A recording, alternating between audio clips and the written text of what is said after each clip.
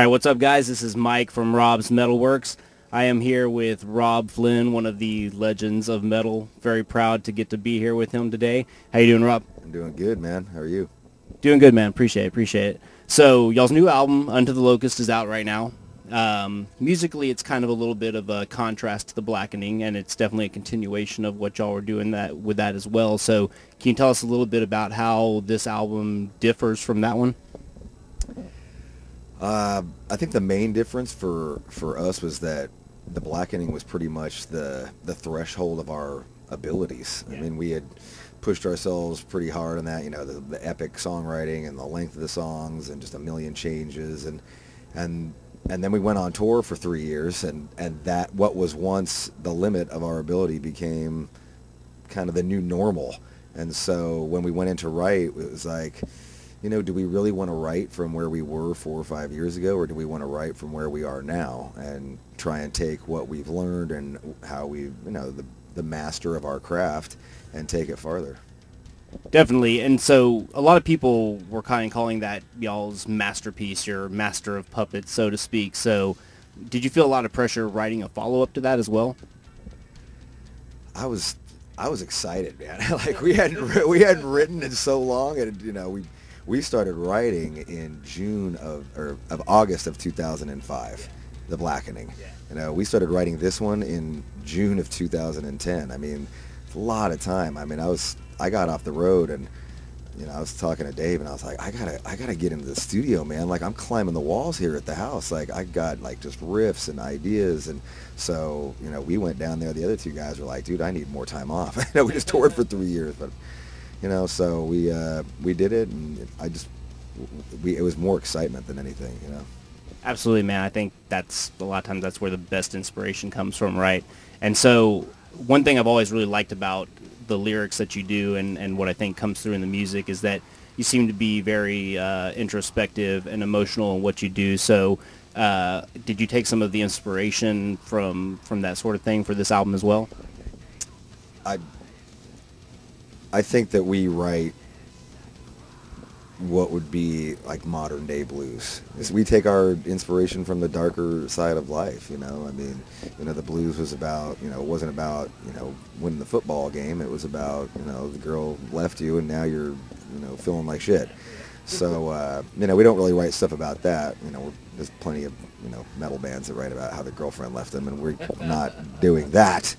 But, you know, for us it is, you know, there's something about, you know, even like the bands that I listen to, like one of my favorite bands is The Cure. I love depressing music. You know, there's something about it that is very, you know, romantic to me, and like I'm always attracted to it. And so I don't know why. It's just that's just what I like.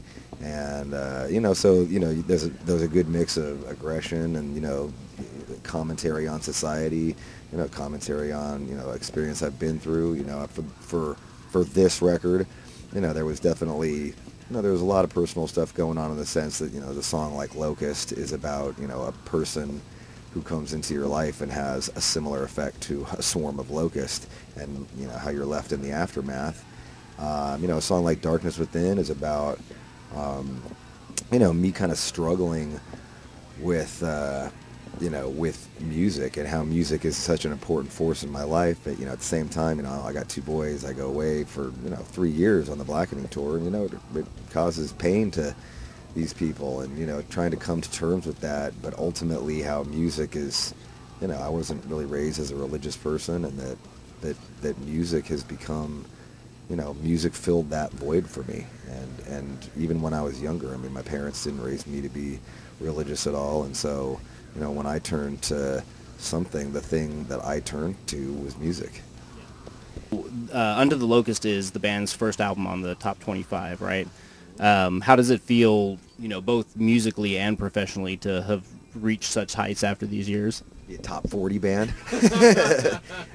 Yeah, they must have hated that, huh? I think Machine Head is going to go top 40 now.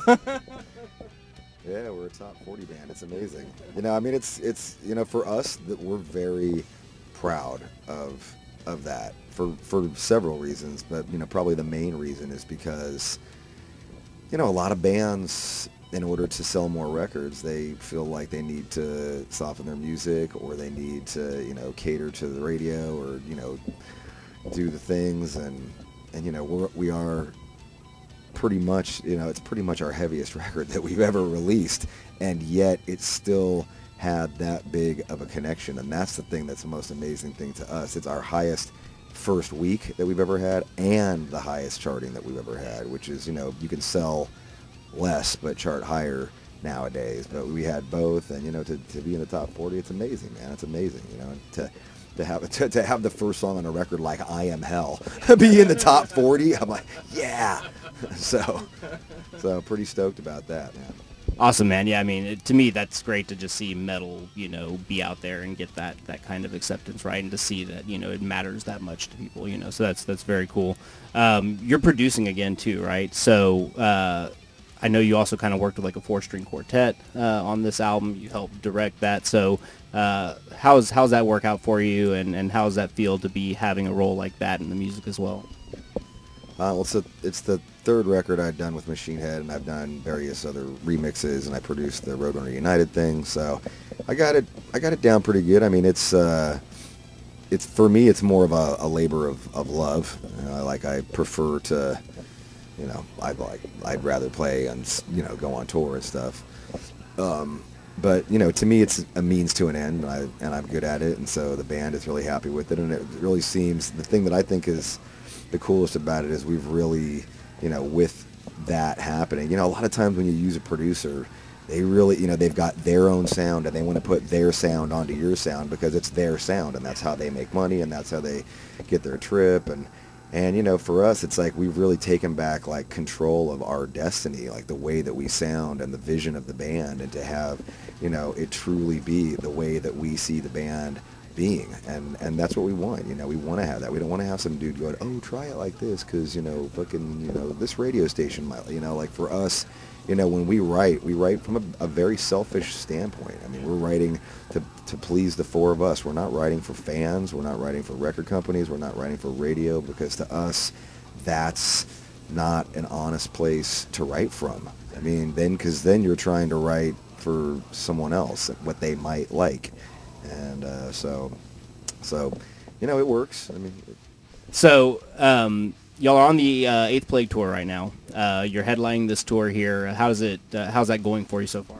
Fucking awesome, man. It's been really, you know, this is our first headline tour in 4.5 years, and you know, it's a long time, man. You can forget about a band in 4.5 years. And granted, we've toured because we've just done so many support slots. You know, we were very fortunate to have all of these amazing support slots come up on the last record, but it prevented us from being able to do a proper headline. And to be back out here and to just, you know, we're playing 1 hour and 50 minutes. You know, we've got no one with a fucking watch going, hey, get off. And it's, you know, we've got our production, we've got our full thing. We actually can't fit our full production in here because the ceiling's so low in this joint, but we've got a good chunk of it. And it's awesome, man. I'm you know, maybe I'm just having a reaction against the you know, supporting everybody, but I'm loving headlining, and the tour's been amazing. The fans have been amazing. Like last night we played Houston, first Texas show, and it was sick. I mean, it was brutal, like just brutal the whole show. So we were stoked, man. Nice. So we over at the MetalWorks, I mean, we really dig the new video for Locust. Should we take it for granted that, I guess, official songs, so to speak, are kind of more relevant today? And what was the experience like in filming that video? I think videos are important, but not to get on MTV. You know, I mean, I think videos are still important because it gives a visual, you know, it's the visual representation of your art, and our art is music.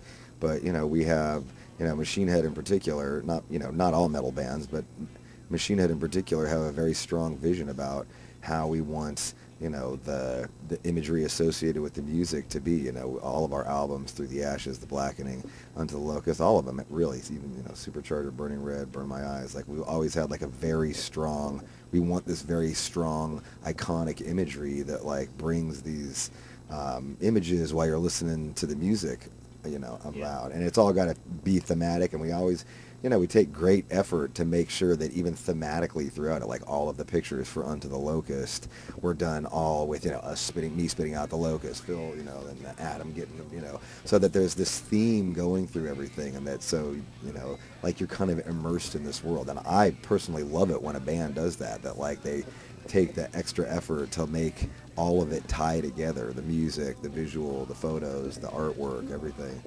And so, with the video, on the one hand, people go, well, there's not as many outlets for videos, but to me, I haven't turned MTV on. Like, I can't even remember the last time I turned MTV or any video channel, you know what I mean? Like, if I want to watch a video, I just go on YouTube, and, I see a million videos, all in whatever videos I want to see, and I think that with that, there's just become so much more freedom to do it, for example, my favorite video of last year was the Behemoth Lucifer video. Like, that thing fucking blew my head off. I was like, I watched it on the last day we were filming our video, and I was like, this is where this is where videos need to go. Like, this is the future. Like, this is where videos are going to go. And, the thing that's amazing is that, especially, a band like Behemoth, they're different than most bands because they're going to take something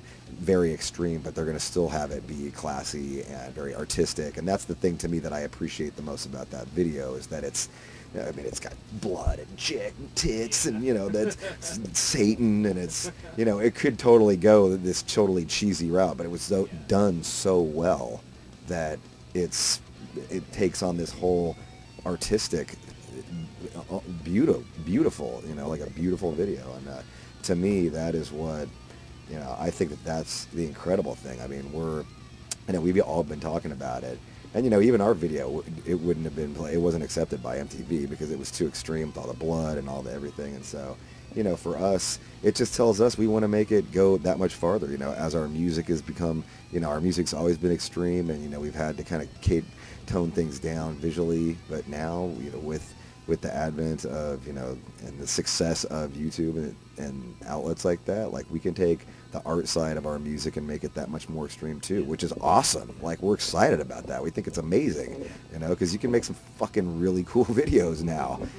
If we wanted to make a slasher horror film, or if we wanted to make some crazy art fucking thing, you can do all of that. Yeah, definitely. And I thought it was interesting that you mentioned Behemoth, because that's exactly what came to mind when you were talking about the theme that, the albums and artworks and all that have. I noticed when that album came out that they kind of did the same thing where the cover artwork on the album, kind of the visuals you saw in the videos, their website, everything very much followed that. And y'all are doing the same thing with Locust. From Through the Ashes on, we've always really made an effort to just have everything seamless. And it's, it's a challenge at times to have all of your merchandise and your website and everything, but, if you do it, it just makes the experience that much cooler. And I know when another band does it and I see it, like, as a fellow artist, as a peer, as even a fan, I respect it. I respect the hell out of it because I know how fucking hard it is to keep that theme going. Cool. All right, man. Well, really appreciate you doing the interview with us here.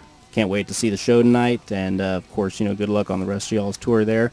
And just want to let y'all guys know, don't forget, y'all saw Robb Flynn right here, only on Robb's Metalworks. He's got 2 B's also.